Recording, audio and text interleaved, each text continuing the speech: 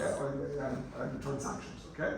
So these guys do it for the United States, okay? And the idea here is that a block, this is blocks of shares that are above 5%, so that gives you some power, some control, okay? So the idea is that if control has a price, then probably we should be seeing a premium on it, okay?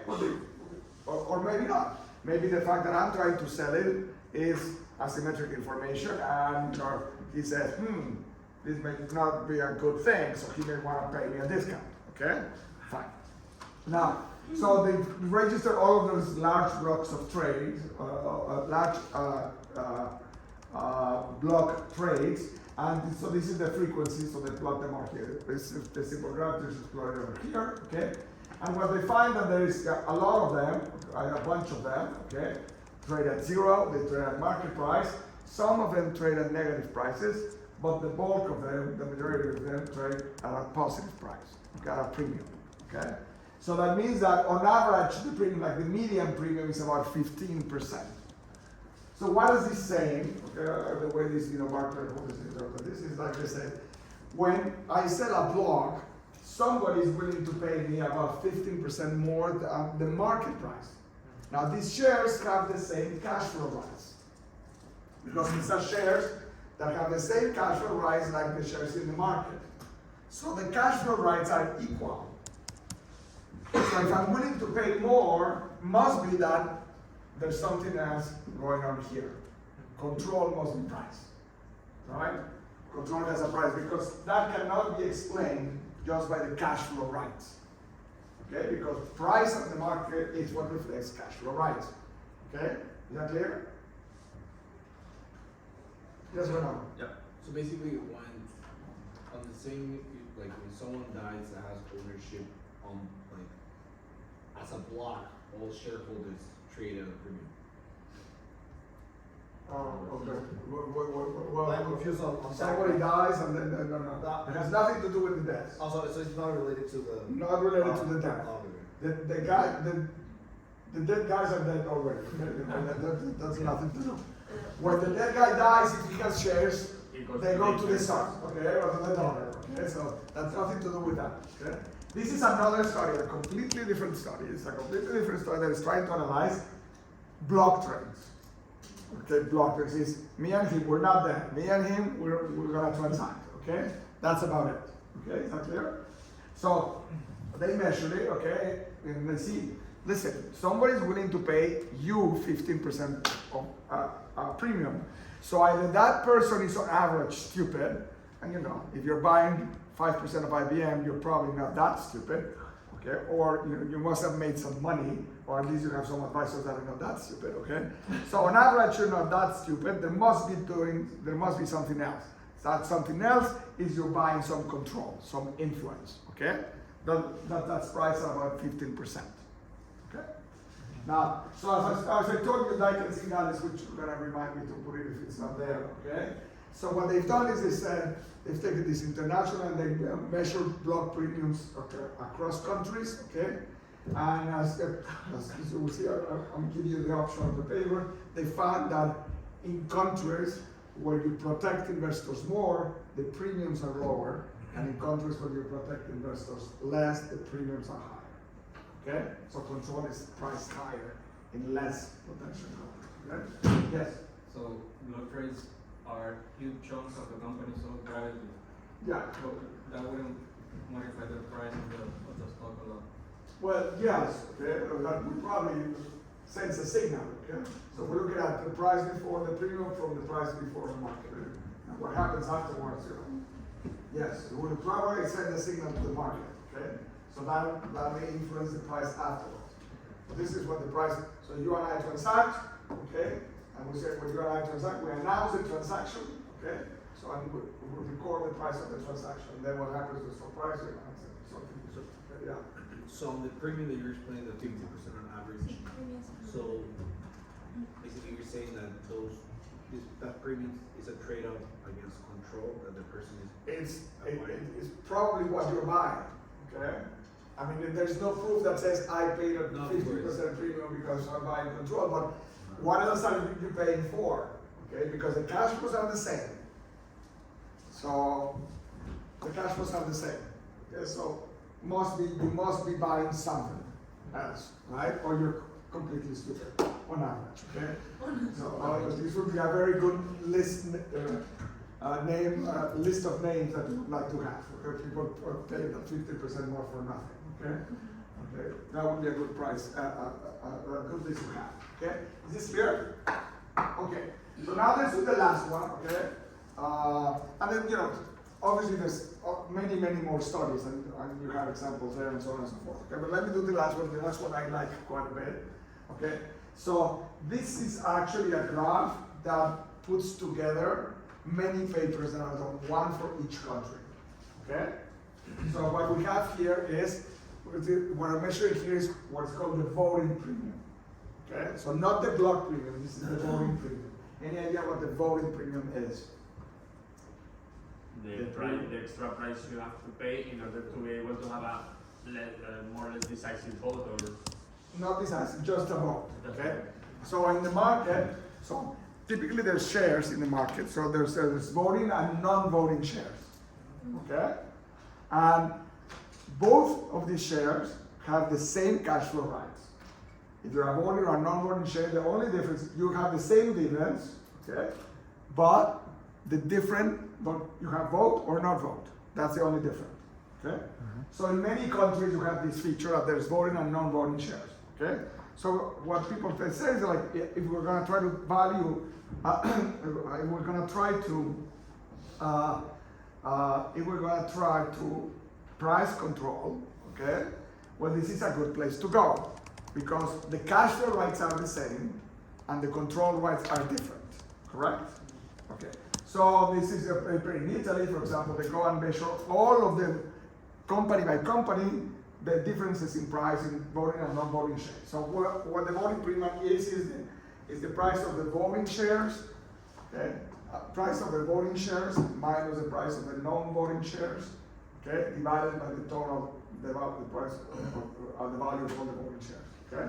So the value of the voting minus the value of the non-voting divided by the total value, okay? So the premium for the vote. What's Okay? what axis profits? That's gonna be here. Yeah, what does it say?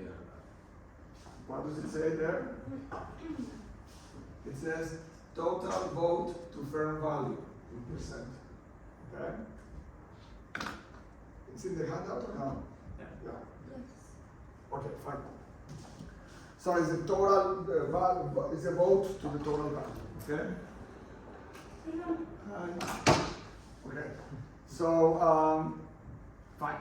So what we have here is that it goes, for example, in Italy it's about 28%, in Brazil it's about 20%, in UK and Germany it's about 10%, South Africa here, France is here, Chile is here, Mexico is here, I guess Russia will be somewhere there, okay?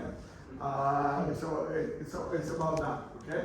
So now, if Miller and Modigliani were correct, okay, where would all the dots be? If we lived in a Miller and Modigliani world, where would all the dots be? In the zero. In the zero, right? No correlation. They would be here. There would be no value of control. This is the value of control, right? This is the value of the vote. So if Miller and Modigliani were right, this would be zero, okay? Is that clear? So they would all be lining up here. They would all be lining up here, okay? But they're not. You can see that it's positive, in general. Yeah, on is a little negative, okay, but not everything needs to fit, okay? But, it's positive in general. So that means there's a value of control, okay? So we've killed Miller Modigliani once, okay, in this axis. Now let's kill it twice. So I put this graph together. So I got the data from each paper and I plotted. Okay, and I then got data about some enforcement rights, a measure of enforcement rights. So this is something that's called quality of law enforcement. Okay, so there is agencies, international. Typically there's advisors that try to sell you advice so that in case you want to go and invest in a country or set up a firm in a country or something like that. Okay, so they go around. These guys go around. they go around the world and they go asking CEOs of companies, hey, what do you think from 0 to 1? How is corruption in your country? Okay, and then people say, well, you might tell that, 0.5, okay? These are CEOs. Or what's from 0 to 1, what is the quality of the law in your country, okay? And then they say, well, it's like 0.2 or 0.3. So this is the average of a decade of these questions. So they will multiply around, and they publish them and they give advice to people, like they give advice on taxes and corruption and things of that nature, okay? So this is a rough subjective measure, okay? There's much better measures now, okay? Much better measures now of that. One of them is, I don't know if it's about the best one, of course, okay? It's in a paper by Courts, okay? It's called Courts. That measures, how efficient are courts around the world, okay? We should add that up, okay, if it's not there, in case you care. Fine. Well, this is how the literature started, okay? With some subjective measures. Okay, now these are more objective measures of the efficiency of courts, okay? So what we see then is that there's some countries like South Africa where it's not very good quality of law, Mexico not great, there's some countries which is better, like Chile, the Scandinavians are almost perfect, okay, and so on and so forth, okay?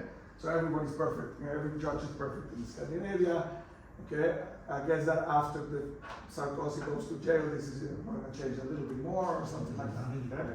Fine. So the point here is that if I just do, it's just like a regression line, right? You just do this regression line with these 2 points, okay? This is what you get. So it says here, the graph says that if you are in a poor enforcement country, okay, the price of control is high. If you are in a high efficient court system, okay, the price of control is low. So high efficiency courts, low price of control. Low efficiency in courts, high price of control. Does that make sense? Why? Because Yes, it makes sense, but you know why? No, yeah, because the premium compensates, it's like a monetary compensation on the risk that you're taking of having or buying a share in a country that does not protect you as an investor. But look here, I'm paying a lot. I'm paying a lot for the vote. Okay? Yeah? Because of the enforcement part in the securities, you can use that control. You can use that control, okay, Just basically. nice low. So here, the court is perfect. I'm not gonna be able to do self-dealing. It's gonna cost me a lot, so I don't pay for control. But here, I can do anything I want in Mexico, okay? And I'll just give me control and I'll just do everything, okay? I'll take all the pepperoni, nobody cares. Nobody put me in jail, right? So you pay for control when you can use it, exactly, right? So that's what you pay for it. You can take the pepperoni away. Here, the moment you put your hand in fat, somebody will slap you and then there's no pepperoni, okay? That's it. So that's why you pay for control. So basically, we say that yes, control rights exist, and yes, enforcement rights exist. So we kill M&M in one axis, and we kill M&M in the other axis, okay? So, ladies and gentlemen, we actually live in a world of agency, okay? And there's no way around it. In fact, markets know it, and they price it. That's the bottom line. So it seems it's systematic, and it makes sense, okay? This systematization makes kind of sense. Is that clear? Okay, any questions? Okay, so now let me go. So if there is a problem, there must be some solutions, right? Now we know, okay, guys, it's a problem, okay? Well, let's try to find some solutions. But before we find solutions, let's try to do something a little bit different. So then, in order to motivate the solutions, let's try to get this concept in, okay? So imagine, yes? Come a little louder, please. Oh, you're okay. That's okay. And I'm there. It's a bad combination.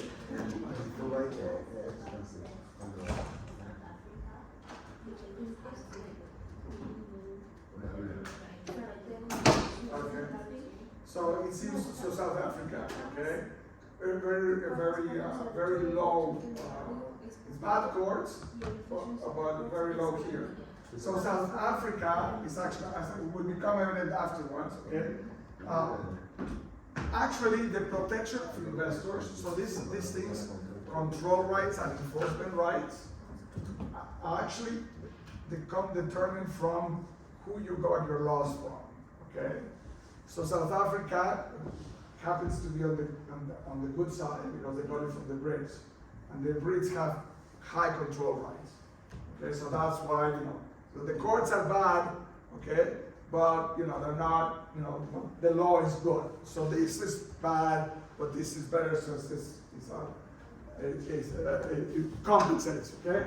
In Mexico, it's just a complete disaster, okay? So everything is bad, okay? For example, okay?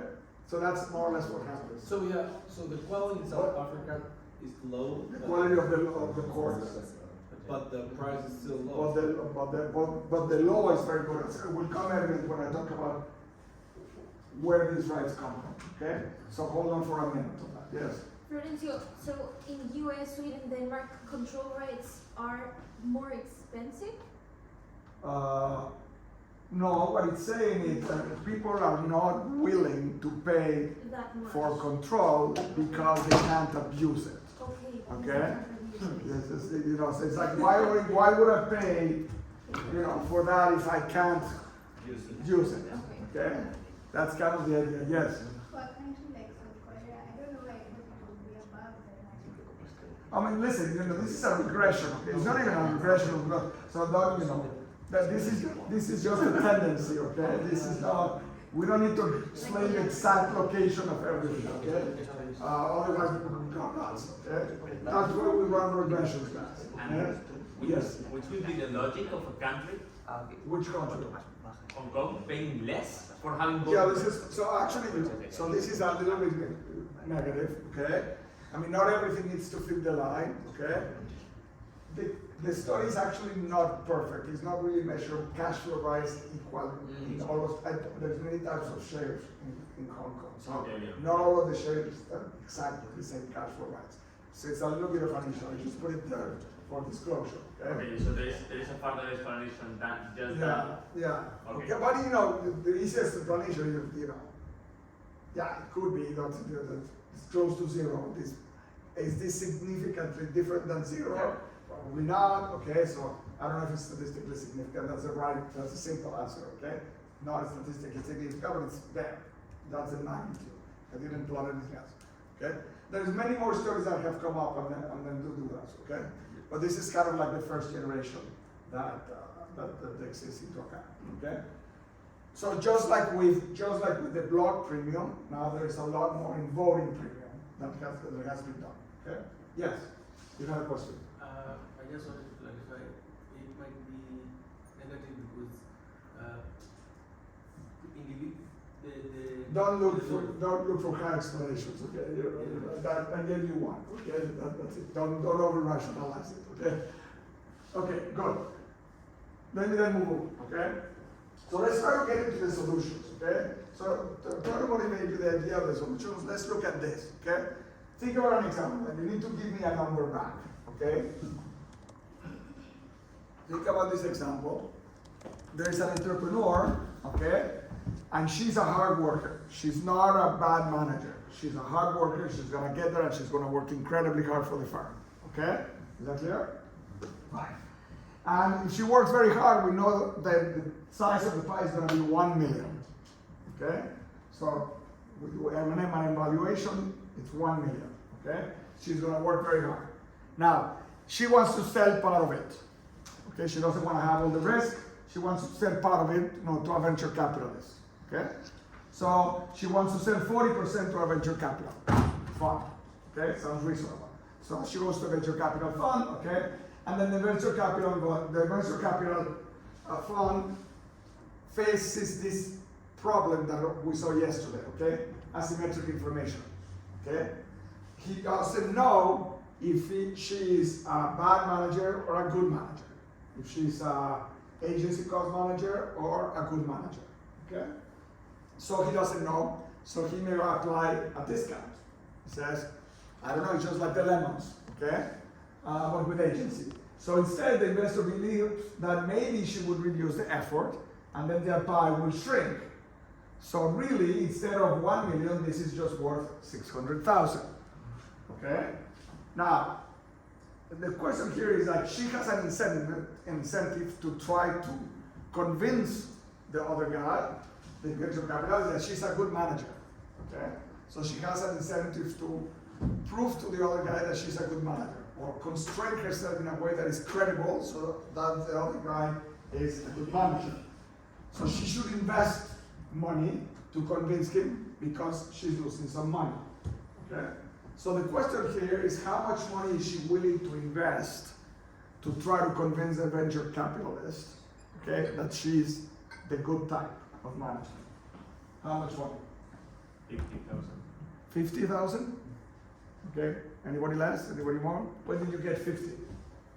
Because basically she's trying to sell, like, she, what is it called? No, sorry, 160. It was 160 what I was thinking.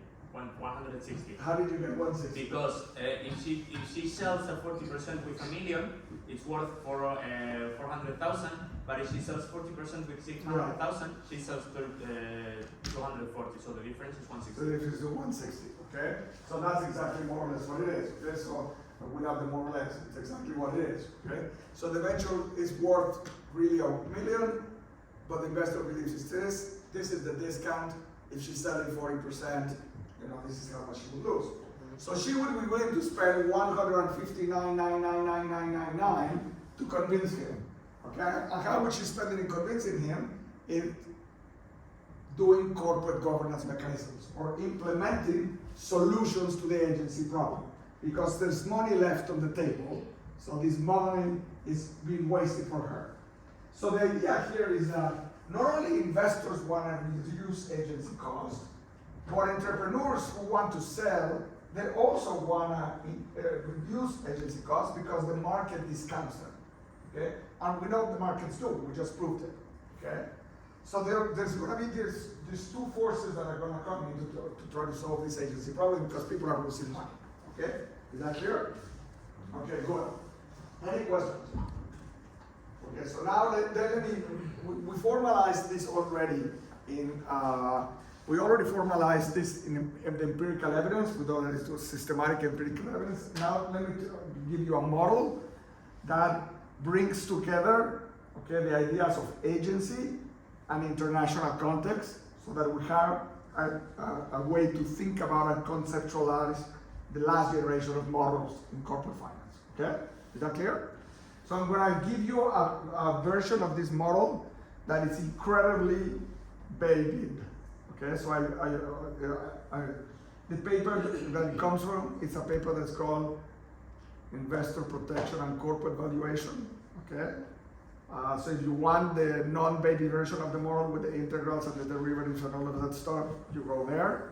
Okay, so that was the original model that was created on this. Okay. Now there's more complicated models that put other parameters or something. We basically use it. Okay? So I'll do a triple baby version of it, okay? But it has all the ingredients. Is that clear? Okay.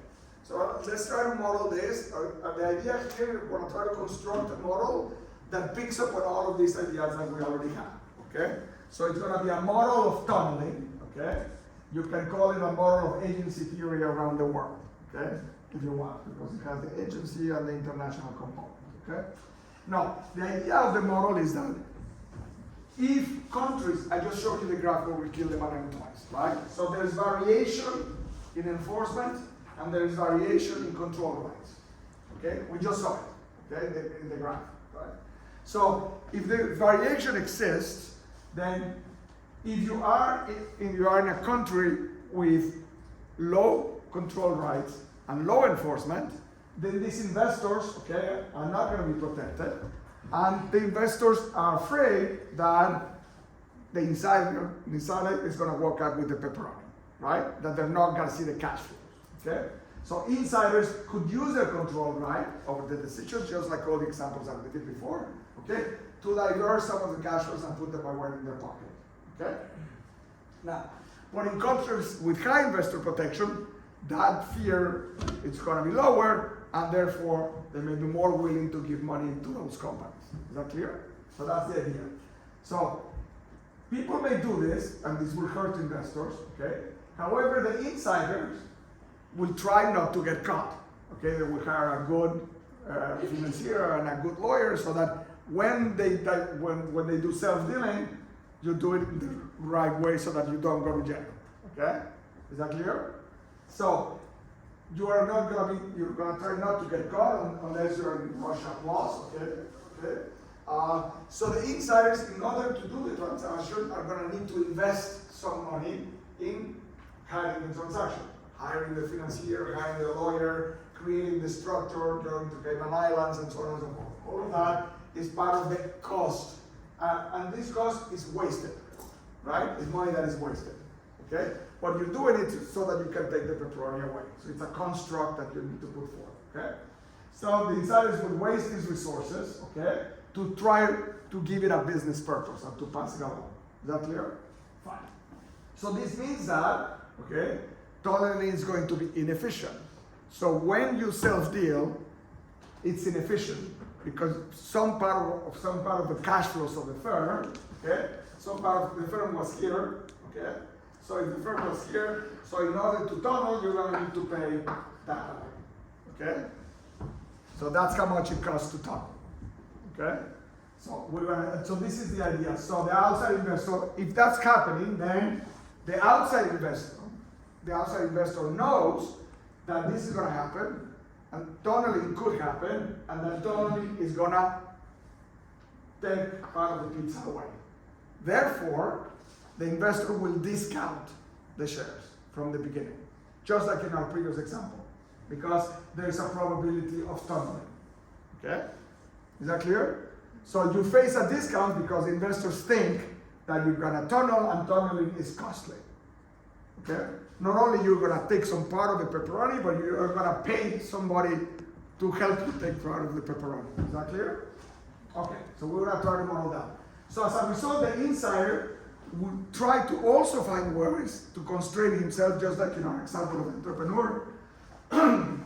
she constrains herself, the valuation is going to be better, right? So you get a benefit from the side. Okay? Okay, so let's try to do the model. Okay? So here's the model.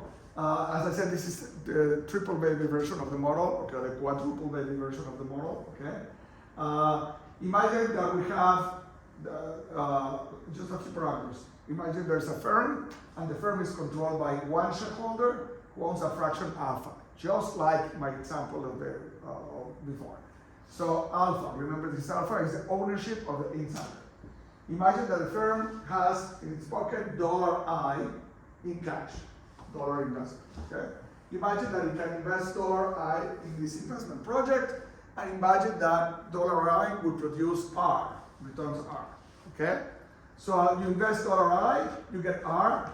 Imagine there are no costs. If you want to go to the model with costs and everything, go to the paper. Costs are zero, to simplify, and then the profits are going to be RI. Is that clear? Fancy mathematics. Okay? Imagine that the world has 2 periods. Okay? You invest today, you get returns tomorrow, and then that's it. Okay? Now, imagine also that an entrepreneur can divert, okay, or self-deal some of the cash flows, a fraction S for self-dealing, of the profits of the pepperoni before the profits are announced. Okay? So it's like before the pizza comes, just have some pepperoni behind. Okay? So, and you put it in your pocket. Any way you want, transfer pricing, executive compensation, any of the methods that we sold, any of the recipes that you want. Okay? However, is this gonna cost you? So you need to hire, the financier and the lawyer and so on and so forth, make the construct, go to Cayman Islands so that you clean it up. Okay? So that's gonna be cost C. So we have I, R, C, and S. Okay? That's it. Fine. Now, with all this thing, we can create this very simple equation of what happens when you tunnel. So when I tunnel, so I can tunnel some of the profits, when I tunnel S, when I self-deal S, I'm gonna put in my pocket, so S is the fraction, so if I tunnel the fraction S of the returns, I'm gonna put in my pocket not S, but S minus C, because I need to pay the lawyer, okay? So that's how much I'm gonna put in my pocket. Is that clear? S minus C. Question? No? Now C, I'm gonna make it more interesting. C is gonna be a function of two things, okay? C is gonna be a function of S, okay? That is, tunneling a large fraction is gonna be very costly, okay? So probably, tunneling is gonna be a little costly. So when I tunnel at the beginning, it's very cheap, or when I tunnel at the end, okay? Imagine this is X, okay? When I tunnel, if I want to steal 90% of the profits, that's very costly. This is the cost, okay? So still moving from here to here, increases like this, moving from here to here, increases like this. It's increasing. So anybody can steal, €1, okay? You just open the thing and it's rounding error, but stealing 90% of the euros, okay, that's not your kind. You really need a very fancy lawyer and financier, okay? It's very costly. Is that clear? So imagine that it's increasing, C is increasing in S, okay? And C is also gonna be increasing in K. We're gonna call this K, is gonna be our measure of investor protection, which is gonna be a combination of these things, okay? These two things. We'll define it later, we'll measure it later, okay? Is that clear? Fine. So now I have C is increasing in S and increasing in K. So the idea is that if you want to tunnel, okay, in a good protection country, it's going to cost you more, okay, because you really need to have a good method. But if you want to tunnel in Russia, don't worry, cheap, okay, just because of that, okay? Is that clear? Fine. So now I have everything to do my so now I do my maximization exercise. The idea is that I have this variable, that is S, that is my choice variable. So this is my decision variable, and I need to figure out how much I tunnel based on how much I put in my pocket. Correct? Now, I have two pockets in my jacket, okay? I have two pockets in my pants, okay? My pocket on this side is what I'm gonna call my dividend pocket, and my pocket on this side is my private benefits of control pocket. My private benefits is, I put in my pocket is my private benefit, okay? Now, my private benefit is, well, borrowed, is if I tunnel S of the profits, I put in my pocket S minus C, okay? Now, when I tunnel S, I'm stealing some of the profits. So that means that in my other pocket, my shareholder pocket, I have alpha, remember I have shares. So when I eat pepperoni on this pocket, I will eat less pepperoni after, because the pizza that I will share will have less pepperoni, right? Fine. So my pocket will increase my pocket here. My pocket over here is gonna fall by alpha, which is the fraction of the shares that I have, times the profits that are left, the pepperoni that is left, 1 minus S, okay? Now, if there is no self-dealing, then what do I have? I basically have just this pocket, okay? Yeah. I got lost when I went to the bathroom. We're maximizing how to steal. Yes. We're maximizing how you choose how much to steal, yes. So the variable is, yes. Well, why? Because you have two pockets, okay? So, I'm sitting here, I have control, okay? You want to use it or you don't want to use it? No, that's fine. If you don't want to use it, don't worry, that's it's zero, okay? It's your prerogative, okay? But actually, markets think that people use it, and that's why they discount, okay? So we saw that there's evidence that control rights and enforcement rights are priced, okay? So we're trying to figure out how to go about it, how to rationalize it first. Well, once we understand what is the cost and the benefits of self-dealing, then we can attack it. That's what we're trying to do. So I need to understand the production function, okay, so I know how to attack it. Of relativo. Okay, yes, okay, of the diverter, okay? I showed you already that market, it's there, it's systematic, okay? Nothing is right, I'm not saying wrong, this is not a course on ethics, okay? I'm just saying that market seems to suggest, okay, that there are agency costs and that money is being wasted. So the question is try to understand the mechanisms to go against it, like how effective they're going to be. That's why we're trying to understand the production function of the sales bidder. Okay? Fine. It's a good question. I wouldn't have put it that way. Okay? But that's okay. Is that clear? So he has a benefit and a cost. Okay? So let's try. So I'm going to maximize this function. Okay? So my maximization parameter is S. Okay? And then I need to just pick where I'm going to be. Is that clear? So think about it. You could take derivatives, okay, and then you're done, okay. But think about it just, in the Bentley version. Imagine you increase S by 1%. Then you increase S by 1%. Then the dividend pocket falls by alpha times 1% times the profits. And at the same time, the benefit goes up by 1% times the profits minus the change in C, because C changes when I increase S, because C is a function of S times the profits. Okay? So if you want to do it, with deltas rather than derivatives again, let's just do it again. Two things happen when insiders increase tunneling by changing S. Okay, first, the dividend income falls by changing S times profits times alpha. And the other pocket, you add changing S minus changing C times the profits. Okay?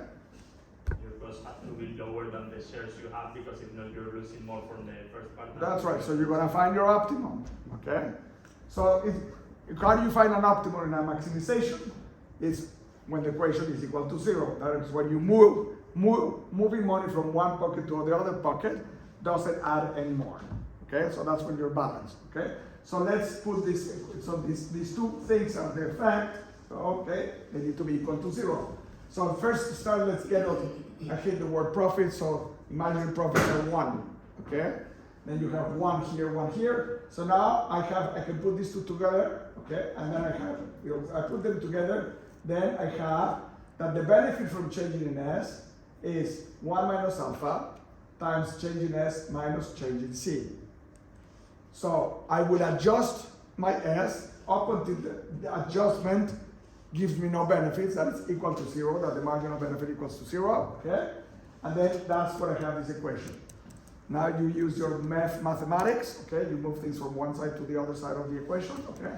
And they're equal, and then you find that I will find my equilibrium when 1 minus alpha equals changing C over changing S, okay? And that's it. I will stop. This is equal.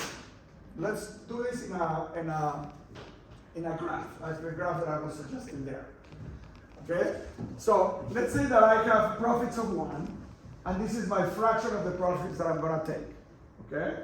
Now remember this equation. The equation says, okay, 1 minus alpha, that's when I stop. 1 minus alpha equals changing C over changing S. Okay?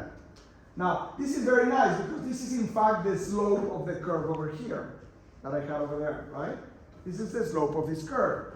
It's how changing C, how C changes when S changes. So when I move this way, so when C changes, how C changes when S changes, correct? So if I change C from here to here, C is going to go up here. If I change S from here to here, C is going to go there, right? So that's the slope of the curve. So now, I'm going to find my optimum where the slope of the curve equals 1 minus alpha. So what's 1 minus alpha? That's very simple. It's a line. 1 minus alpha, it's a line that has a slope. So when the slope equals tangent to the curve, that's when I determine my optimum amount of self-dealing, okay? And then I can go to work. Okay? Now I know exactly how much pepperoni I'm gonna eat before going to the office. Okay? That's my optimum amount of S. Is it clear? Okay. So now let's do some comparative statics, okay? Imagine that, because we're trying to figure out how to reduce, everybody's trying to figure out how to reduce the tendency to self-deal, okay? Imagine that I increase alpha. Remember Jensen? We said that there was alpha, okay, ownership, and then Jensen had the idea that if you increase alpha, the value of the firm is going to go up, okay? Remember? Okay. So imagine that I increase alpha, my ownership in the firm, okay? The manager's ownership in the firm. What do you think is going to happen? Self-dealing go up or down?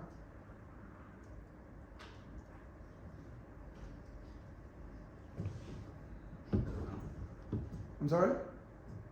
Down. Self-dealing go down? Can you Yes. Okay. Okay. can you go back to the slide where Imagine that I increase alpha.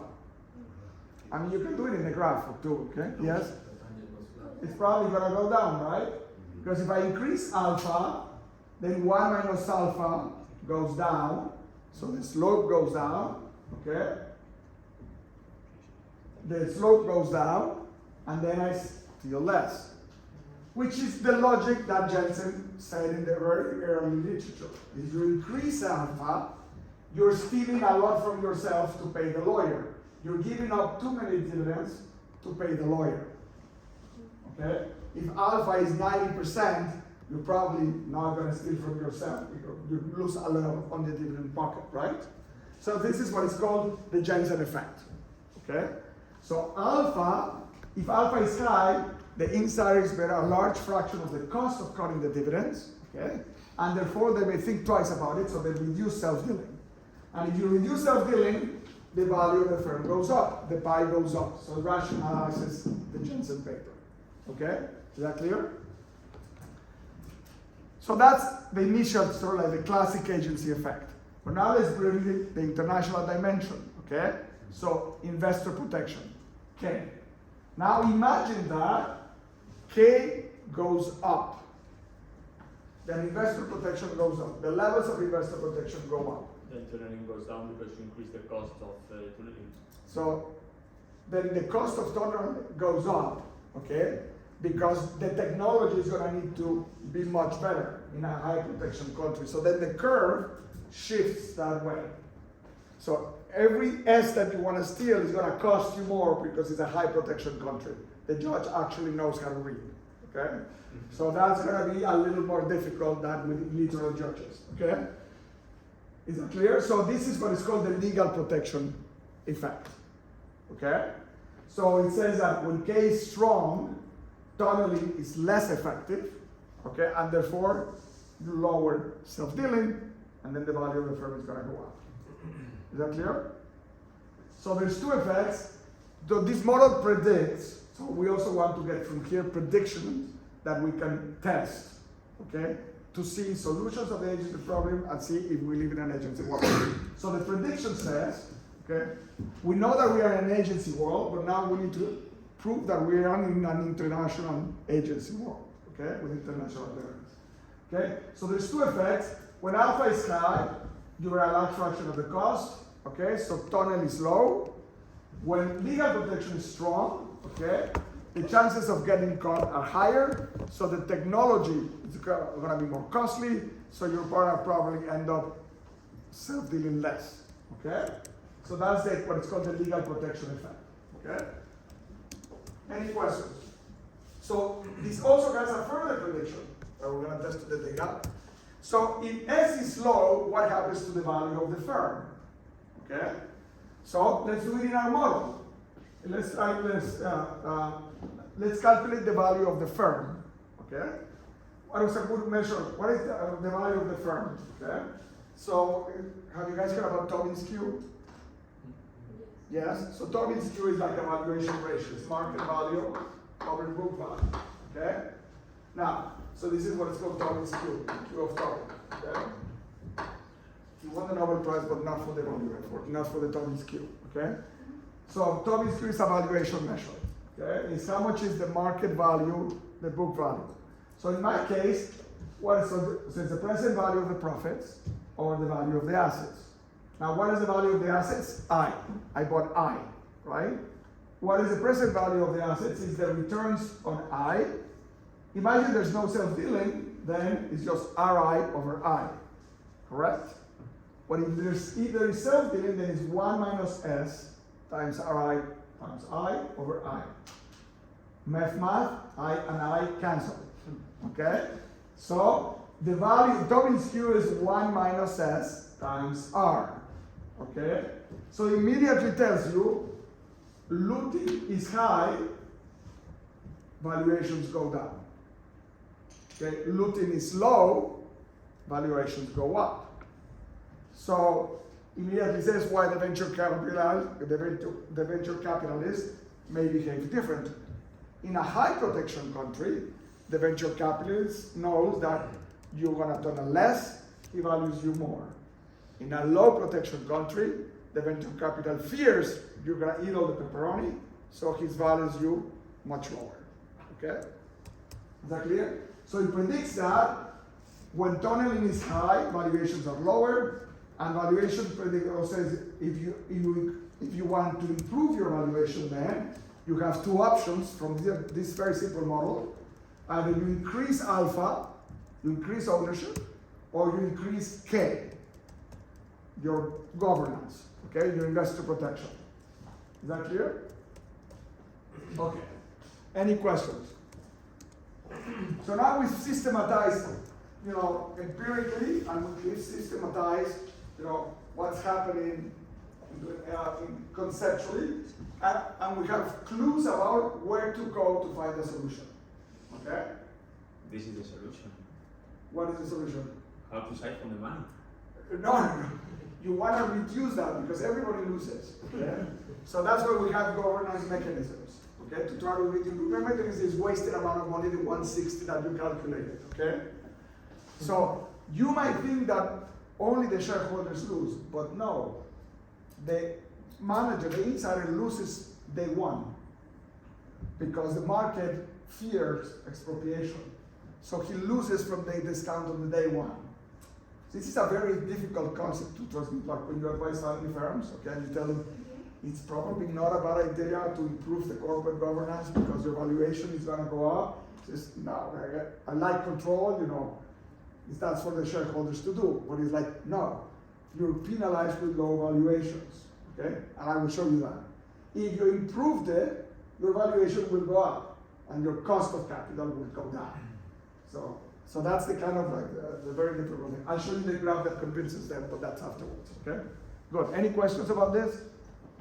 Okay, so the entrepreneur would prefer to find a way to avoid it, to avoid the self-dealing, okay? But it's a common problem in moral hazard, okay? That we talked about yesterday. If the entrepreneur could costlessly commit to not steal, he would. But now he needs to invest in the commitment, okay? And what corporate governance is all of these mechanisms, okay, that we have to try to reduce the agency costs, okay? Any questions? Okay, so let's do a little bit of let's do a number, okay? To sort of like get you excited for the weekend, okay? So let's see the power of alpha, okay? So you see that. Imagine I have a manager, and the manager is of this company that's called Green Frame, okay? And the manager owns 4%, so his alpha is 4%, okay? Okay. His alpha is 4%, okay? And he's considering an acquisition, an investment, okay? This acquisition is a negative NPV, okay? The NPV of the acquisition is equal to minus 57 million, okay? That's the NPV of the acquisition. So it's negative. It's bad. It's going to shrink the pie. But, okay, the present value of the CIO compensation increases by 5 million. So if you buy, he benefits in 5 million. The pie shrinks, but he benefits in 5 million. The acquisition comes with some package of extra shares or whatever, okay? Now, will he better or worse off if he carries out the acquisition? Okay?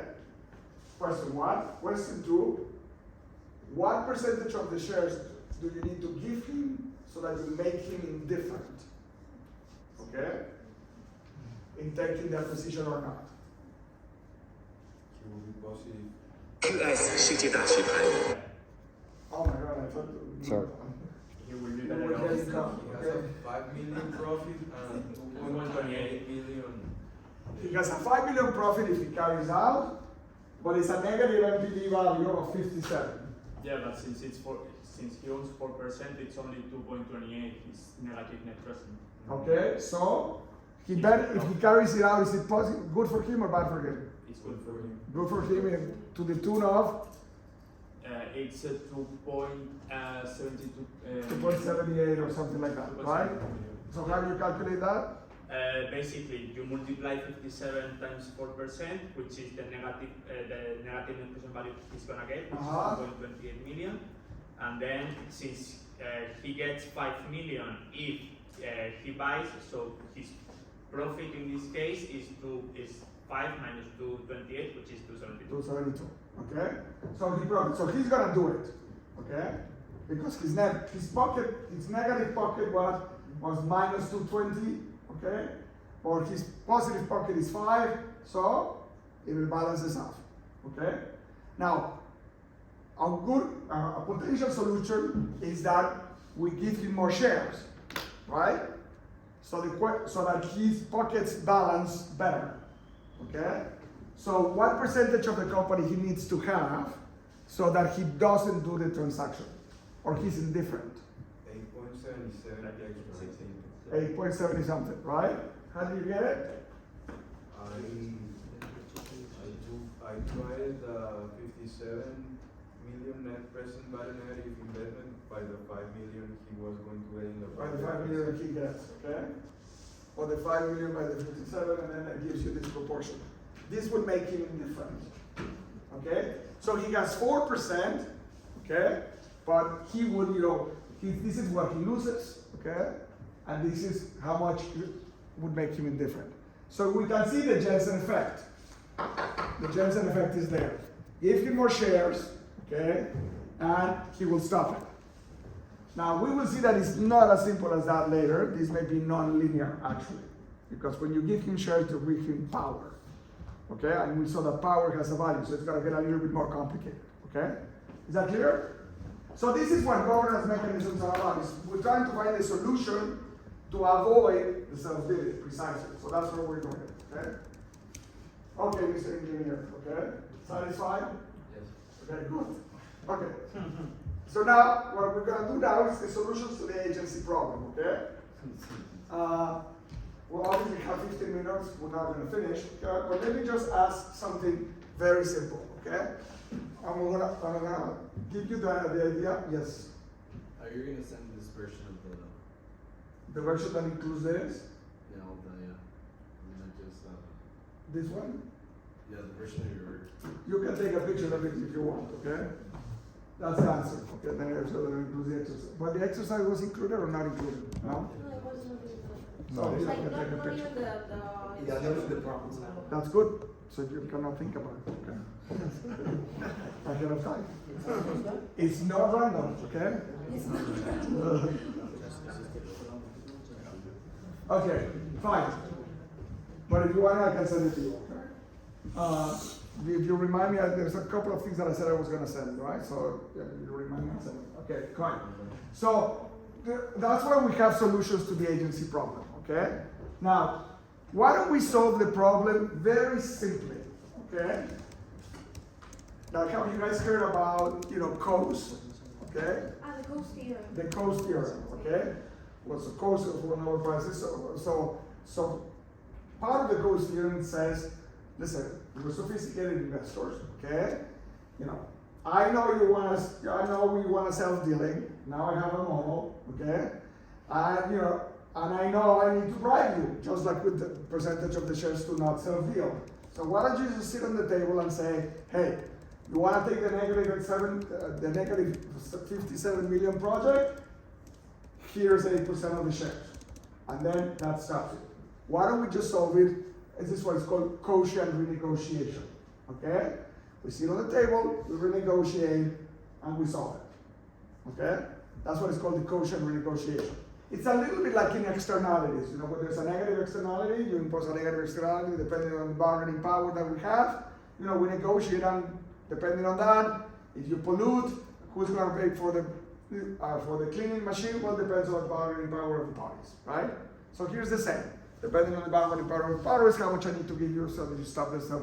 Why don't we just solve it this way, which is called quotient renegotiation? Okay? And then we're done with it, and then we finish the lecture 15 minutes before, and then that's it. Okay? I mean, there is another solution which is not very moral, but I think it's going to be cheaper. You want to which kill the is basically CEO? To remove the CEO. Well, that would be probably a good solution. This is a golden parachute, right? Ah, no, I'm not talking about that kind of removal. Okay, how do you remove it? You want to kill him? Right? What- Yeah, it raises the value of the firm and the consequences This is are not about high. the firm. No, but one solution could be, let's have a, if we know, okay, let's put that as an aside. Imagine that, okay, I come to you with a negative 57, and then I say, okay, give me 8%, okay, fine, you give me 8%. What happens next? That then he's gonna do something even worse so that you. That's right. So he's gonna come again and says, negative 200. Now give me 20%, okay? So it's a repeated game. So the problem is that this is a repeated game. So it's not gonna work, okay? Unless you get rid of him, okay? So you can either kill him, okay, it's your solution, or give him a golden parachute. That is, fine, here is your bribe, but you throw him off the plane. So he cannot play again, okay? And this is why golden parachutes are very good solutions to agency problem, but regulators hate them, in Europe, because it's so unfair. He gets fired and he gets 50 million. Well, it's the best bribe, okay?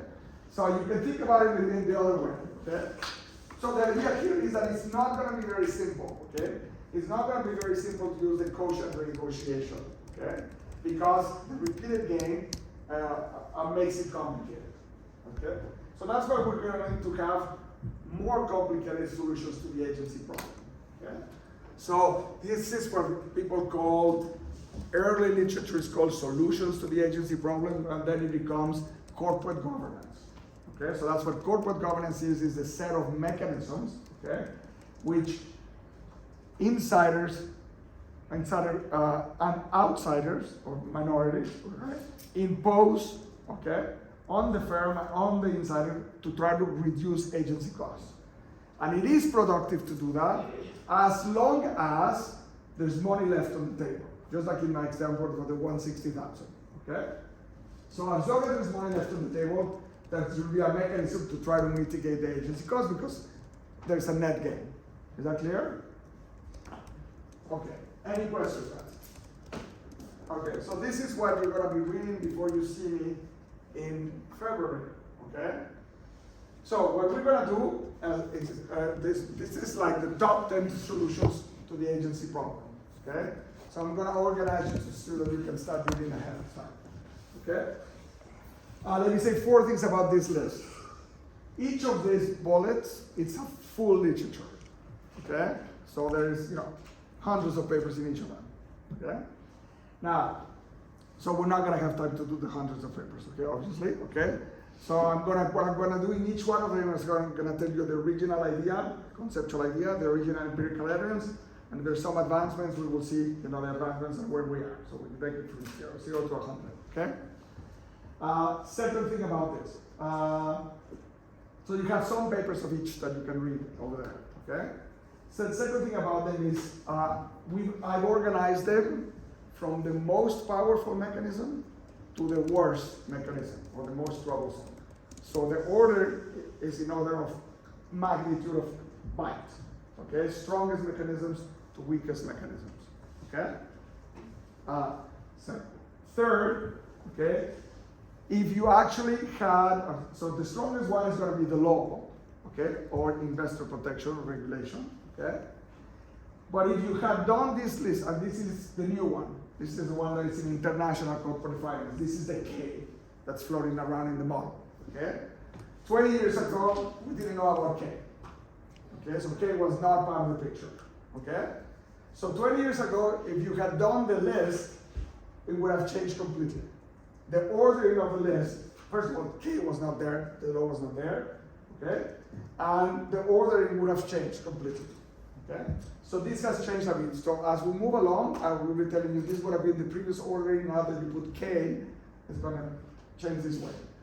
And the fourth thing is that K actually interacts with each of the other ones in the list, okay? So there's an interaction effect which each one of them has. So it gives them more or less power, okay, depending on K. So they're not independent mechanisms, they interact with K. Okay, is that clear? Good.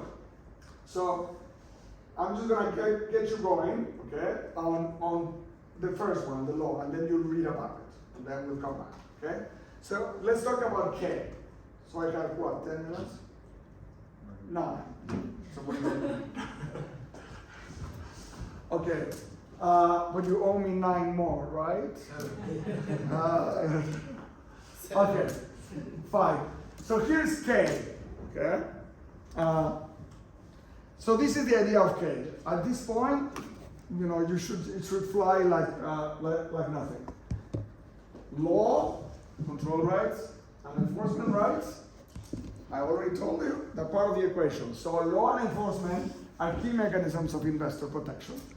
Okay? They're valued. So when investors feel that they're going to finance firms that have high K, they're happy to give money. When they fear there's low K, you're going to walk away with the pepperoni, they may not give you money. Now, the question is as follows. It sounds like very natural now. So as it says now, it means that strong K, just like in the model, leads to deeper financial markets and better financing. That is, valuations are going to be high, okay, and there's going to be, people are going to be more happier to give you money, and at a lower cost, because you're going to walk away with less of the pepperoni, so there's less risk, okay, more cash flows in the end, okay? So that's a simple idea of this K. Now this slide has a ton of problems, because then you would say, if this is so simple, guys, you know, why these freaking economists took them until the 2000 to come up with something like this? It's so logical, okay? So the first point is that we've, in the previous century, okay, economics is very focused on this idea, this right-wing idea that governments do everything wrong, okay? And there's a lot of empirical evidence that governments do most things wrong, okay? So state-owned enterprises, you know, regulation comes at the expense of bargaining from industry and so on and so forth. So there's a mistrust in government and therefore a mistrust in regulation. So why would the government get the regulation of financial markets right? You know, why would that be the only area where they get it right? Okay, in fact, politicians know nothing about financial markets. Okay, so they probably get it wrong. So law is not going to matter, because why would they put the right ones? A, and B. So why would they put the right ones? And B, probably the financial sector is smarter than the politician. So even if they put some of them, they're going to go around it. Okay? So you put out the regulation and people find a way to go around it because they have a lot more money to invest on circumventing regulation. And that's actually the summary of the literature about regulation. So if you study industrial organization and regulation, this is more or less what from Stigler, the class Stigler, you know, and 1970 and so on and so forth. Not our Stiglitz, the other one. Okay, so that's the idea of regulation. So that's one impediment. Okay, you say, well, he says, well, maybe they get it wrong, but let's try to measure it. Okay, and then when you say let's try to measure it, it becomes a little bit more complicated because, okay, how do you measure it? So if you ask lawyers, how do you measure investor protection? They say, well, it depends. It's complicated, right? So people have not tried to measure it because they think it's complicated to measure it. Okay, so again, so that was the second impediment. So at some point, people said, let's measure it. So you have the law and finance paper is the first paper that measures it. It's called law and finance. Okay, and legal determinants of external finance. That's the second one. Okay. So it says, let's go measure. Where do we find the protections? Well, they're gonna be in company laws for shareholders, in bankruptcy laws for creditors, for shareholders also in securities laws, in takeover laws, and the enforcement is gonna come from the power of courts and regulators, okay? Fine. Maybe it's not perfect, but whatever it is, we're gonna measure it, and we're gonna come on some measures of protections of shareholders and creditors, and some measures of disclosure and enforcement, okay? Maybe not perfect, but it's better than nothing, okay? And the third and final impairment is that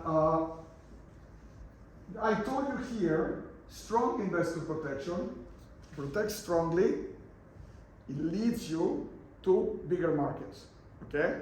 So it's from the chicken to the egg, okay? But it could be from the egg to the chicken, right? That's endogeneity in econometrics, right?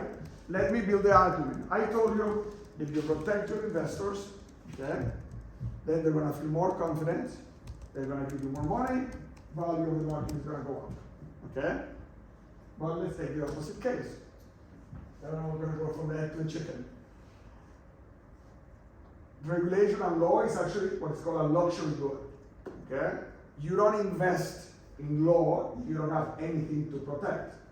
You don't invest in investor protection if you have anything to protect. So if you have a country with nothing to protect, you don't invest in law. So it goes nothing to protect small market to law, okay? But if you have a wealthy economy, a wealthy market, wealthy firms, big firms, then that's when it pays off to write the law to protect them, right? So it's from the egg to the chicken, okay? So God knows, and this was the biggest problem. This was the biggest problem, the endogeneity problem. Like in all econometrics, it's all about endogeneity, okay? Finance is always about can you solve endogeneity and can you tell agency from asymmetric information. That's the trick, okay? Is this clear? So it's not gonna be so clear. And now I'm gonna tell you the secret of how this happens and then we're gonna go off, okay? And then take this graph, okay? So in the law and finance, the big innovation of this is that in the law and finance, when people started to measure, so you go to the library and you start to measure, you say, we're gonna measure this, we're gonna codify this has people started. Let's go read the laws. Go to Harvard Law School and start reading all the laws of all the countries, okay? So at that point, then we figured out that, funny enough, the laws were not coming from scratch. People write laws depending on who they got the laws from, okay? So it's not that I look at the size of my market and I decide the law that I need to protect it, okay? Somebody dumped the laws on me, okay? And this is where this map comes around. This is what is called the legal origin. So as we were reading there, you certainly see the first chapter of any corporate law. It says, this the origin of the law is, it comes from this code, and then it was modified, So it says, let's look for the original law, where it comes from. And in reality, there is about, 4 legal families. In reality, it's 2, okay, but there's a civil law breaks in more.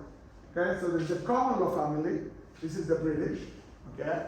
So the British, when they bring their ships, they bring the laws with them, okay? So the British go and travel, and they bring their common law, it's called common law. So the British have, the British have a prison, the prison is called Australia, boom, 200 years later, Australia has common law, okay? So the British go to India, and then boom, 200 years, India has common law. The British go here, and boom, it's accidents of history where the British went, okay? Is that clear? So the British went to South Africa, you asked me this question, got lucky, South Africa got lucky, okay? The common law. Okay, so it's not that South Africa said, oh, let's look at my market, the size of my market, and I will choose my law. The law was dumped on you. It's exogenous. So the legal origin is an exogenous instrument. And what you need always for endogeneity in econometrics is an exogenous instrument. So the variable is, the exogenous instrument is the legal origin, who you got your laws from, okay? Is that clear? So the England has about a third of the world in countries, okay? Then the other one, then there's civil law. Civil law comes from Roman law, but then it gets codified, about 200 years ago it gets codified. The biggest codifications are in modern financial markets, okay, modern corporation period, the biggest modification is Napoleon, the French. Okay, so Napoleon gets there and does everything. Amazing guy. He writes everything again, so he rewrites all the laws. Okay, and he takes over everything. Okay, so as where he goes, he takes over his codes. Okay, so Napoleon goes to Spain. Okay, puts Don Cousin. Okay, king of Spain, and then Spain owns. Okay, the Philippines. Okay, where's my Philippines here? Okay, and then boom, 200 years later, Philippines has Napoleonic French code in the law. Okay. So Spain always goes around here, and then boom, then we have all of these guys with Napoleonic codes. Okay. Napoleon tries to go to Russia. Okay. It gets a little cold. Okay. Doesn't get to Moscow. Okay. And as he's exiting, he dumps the codes, so the Russians, have the Russian codes. Okay. Accidents of history. Okay. So it's now the other families are a little smaller. They're civil law. Okay, the other families are the next big qualification is the Germans. Of course, the Germans don't like anything that Napoleon does, so they write their own codes. Okay, the Bismarck codes, and this is the German influence. Okay, and then the other guys, it's a separate family, always between common law and civil law. There's these guys that are freezing up there. Okay, so these are the Scandinavians. Okay, and this is a bunch of guys that have not figured out how to deal with reality yet. Okay, so they still have the communist codes. Okay, when the communists come in, there's no private property, things of that nature, and they rewrite the laws. Okay, so there's a couple of confusing individuals still. Okay, but the rest are like. So when Russia, for example, so what happens when Russia was communist, right? So and all of these European rights. So when the guys come out of communism, what do? They open the coffer, and they take back their code. So the Russians go back and take out the Napoleonic code, and these other guys go back and they take the Bismarck codes and so on and so forth, and then they apply it. Okay, so there is this path dependency that is there. Is that clear? So we have the instrument. The instrument is called legal origin, and now we can break the chicken and the egg problem. Okay, and now we can go happily and measure. Okay, any questions? Why is China green? Okay, so why is China German? Because of Japan. So the Japanese, so you see the accident of history, okay? So the Japanese are coming out in what is called the Meiji Restoration in 1898 or something like that. There is the Meiji Restoration, and they want to catch up with the world. So in the Japanese mind is, how do I catch up? I copy the last of everything. Very smart. Okay, rather than starting from scratch, I copy the last of everything. And the Bismarck codes, the German codes, were done in 1896. So the last code is in 1898, so they copy the last one. If the Meiji Restoration had happened in 1895, they would have copied Napoleon. Okay? It's an accident of history. And then Japan takes this, and then Japan, fights over China and dumps the German codes in China, and then China, picks that up. Okay? There we go. So we have the instrument. Now you can go read law and finance, and then we can talk about codification and so on and so forth when you come back. Okay? Is this clear? Yes. Okay. I'm running a little bit later than what I wanted, but that's okay. Now I mean in terms of material to cover. Okay? So I need you to read. Okay? Okay. So guys, I've sent all of the readings already, except the baby book. Except the baby book and the papers that I still have to email you. But instead of forwarding all the emails, I'm gonna upload them by topic on the drive. Okay, so you don't get lost. Oh really? Yes. Why don't I give you authorization to upload the video? Do you have authorization to upload the page course? No, I'm a student. Well, I'm a professional. I can't upload the It's just we have a drive with a folder for each class. Okay. So instead of forwarding the emails, I'm just gonna upload them by topics in our class. Okay. There's the emails on my topics too. Yes. Okay. Todo evaluation vamos a hacerlo en Excel, ¿verdad? No. I'm sorry, evaluation in Excel, yeah. Okay. I'll see you in February. Probably it's going to be the week of. Most likely I will see you on the week of the 16th of February. Okay? So I will give you the second chunk the week of 16th of February. You should read so that you can start doing the case. So we have to read. It will happen in February. Okay? We have to read all this, all the, you're gonna send all this, whatever. No. Topics 1, 2, and 3. Topics 1, 2, and 3. For February. Lo creará todo When you contigo un see me, segundo. you have read topics 1, 2, and 3. And then the handout is going to fly nicely, okay? I mean, don't do it incredibly deep reading. If you've already seen it, okay? If you've already seen it, you should read it deep. Okay? I've already talked about it. This paper, Law and Finance, you should read it very deep. Okay? All of these things, all of this that I've done, you should read it. Okay. Bye-bye, guys. Merry Christmas. Bye bye. Happy New Year. Pero después de esto,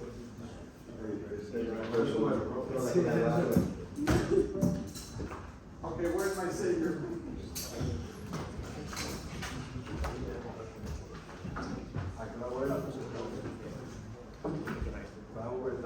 You need to go to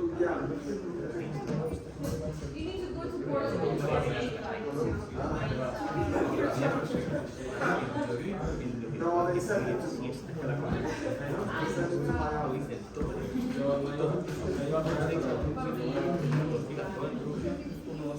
O sea, que si nos hubiera gustado preparar